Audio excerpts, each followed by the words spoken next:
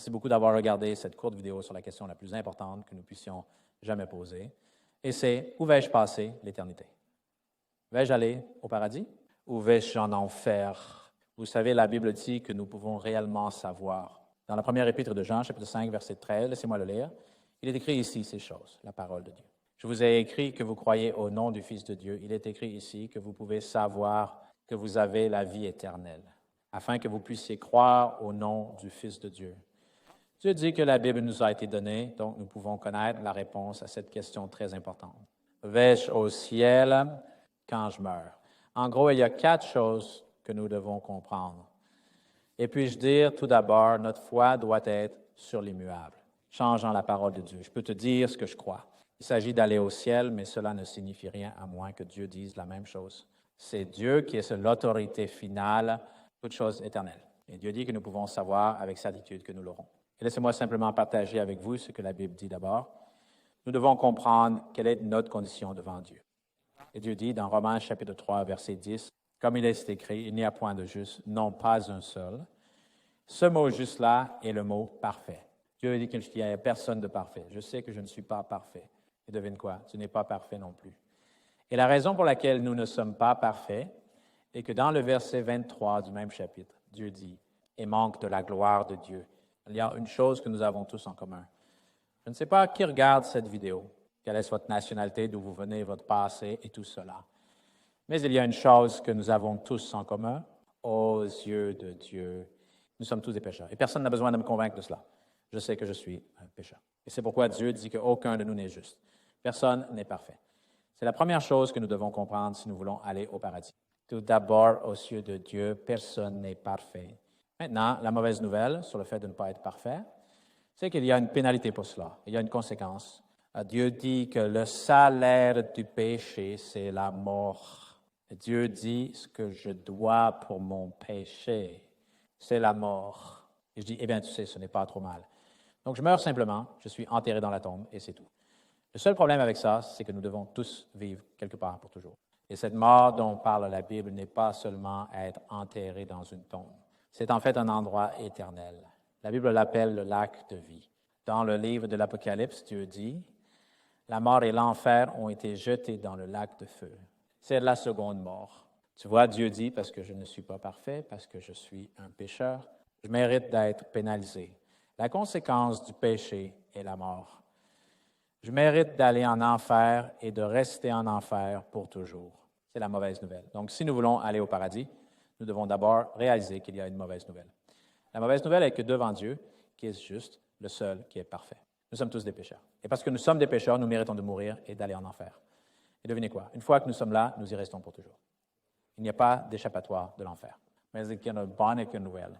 Dieu dit qu'il y a 2000 ans, quelqu'un est né ici sur terre, quelqu'un de très spécial. Son nom était Jésus.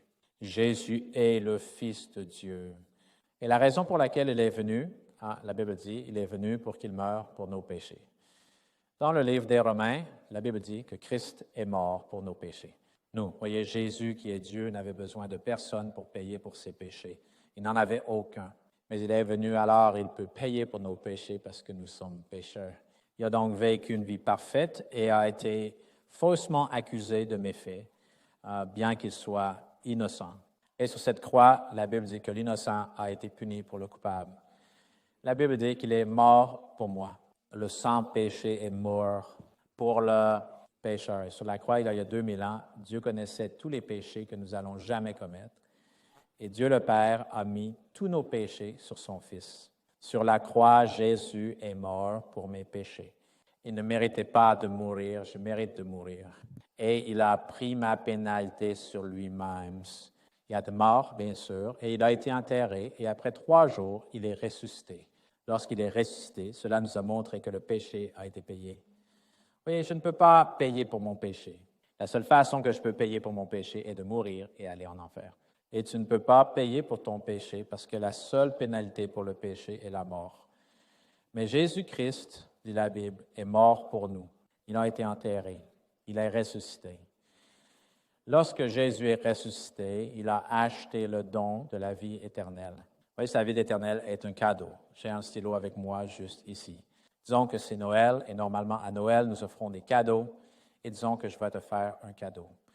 Et je dis que ce stylo est un cadeau pour toi, pour Noël. Mais avant que je te le donne, tu dois me donner 5 $ d'abord. Ce n'est pas un cadeau, parce que maintenant, tu le paies. Je dis, oublie les 5 $, tu sais.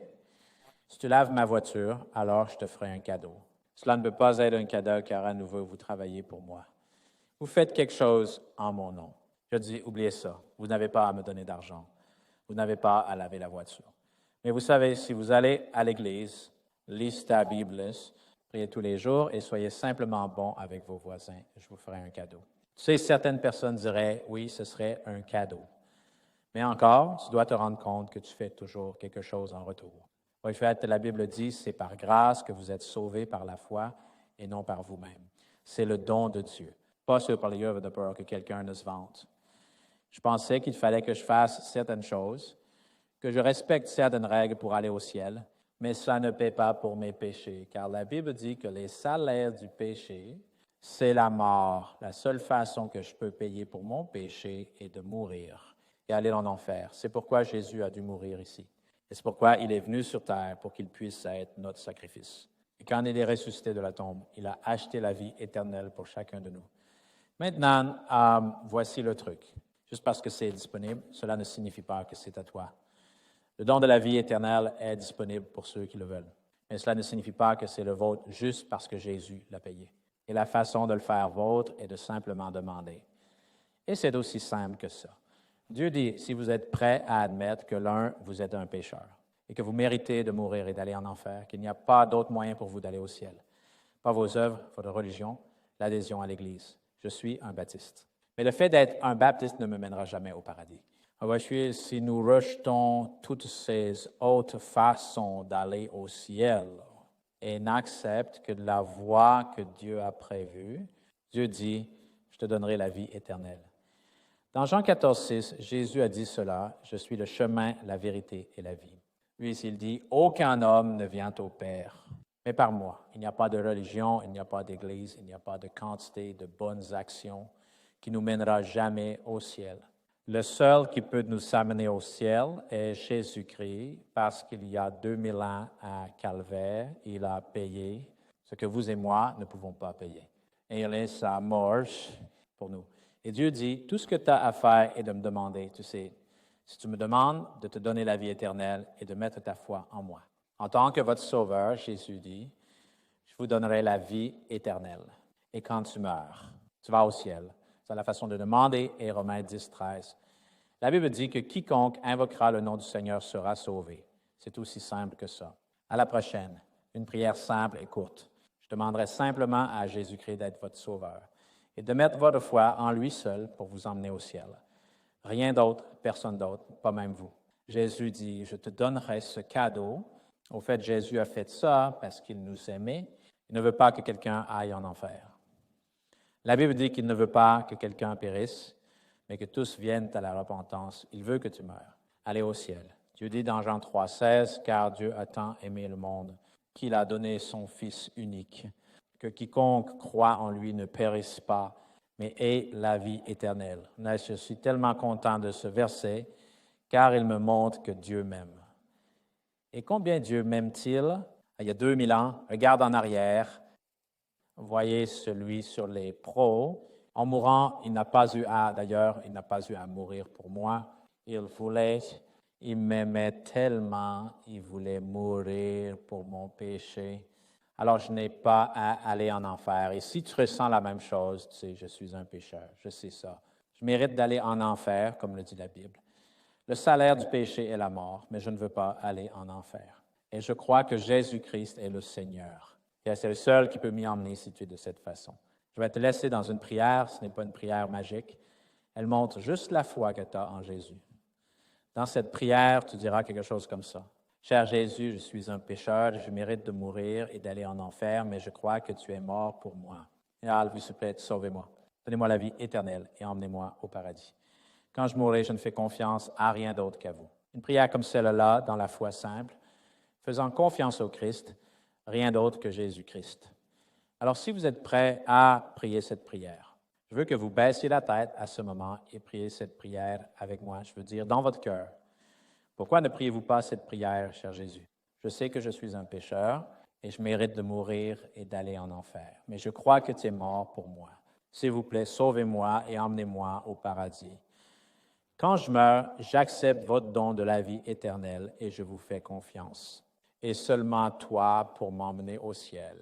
Merci Jésus de m'avoir sauvé. Amen. Si vous avez prié cette prière et l'avez dit de tout votre cœur, cela signifie que vous ne faites confiance qu'à Jésus. Rien d'autre, personne d'autre que Jésus. Prends la promesse de Dieu. Pour toi, Dieu dit, quiconque croit en lui ne périra pas, mais aura la vie éternelle. Parce que de la foi en Christ seul, nous avons la vie éternelle.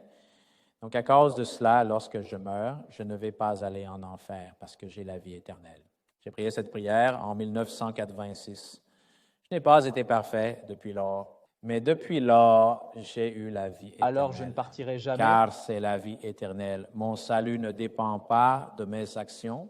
Mon salut est basé sur Jésus-Christ et sa vérité et sa promesse. Il dit, si tu crois en moi et me fais confiance, je t'emmènerai au ciel. Je te donnerai la vie éternelle, c'est ce en quoi je crois. Je vais au ciel, non parce que je suis bon. Je vais au paradis, non parce que je suis baptiste. Je vais au ciel, non parce que je vis une bonne vie et essaye d'être bon avec mes voisins. Je vais au paradis parce que je réalise que je suis un pécheur. J'ai besoin d'un sauveur et je demande à Jésus-Christ d'être mon sauveur. Et louer le Seigneur pour ce jour. Je suis content que quelqu'un m'ait montré ce que la Bible dit sur le fait d'aller au ciel. Si tu n'es pas sauvé, serais-tu sauvé aujourd'hui? Merci de regarder. Passez une bonne journée.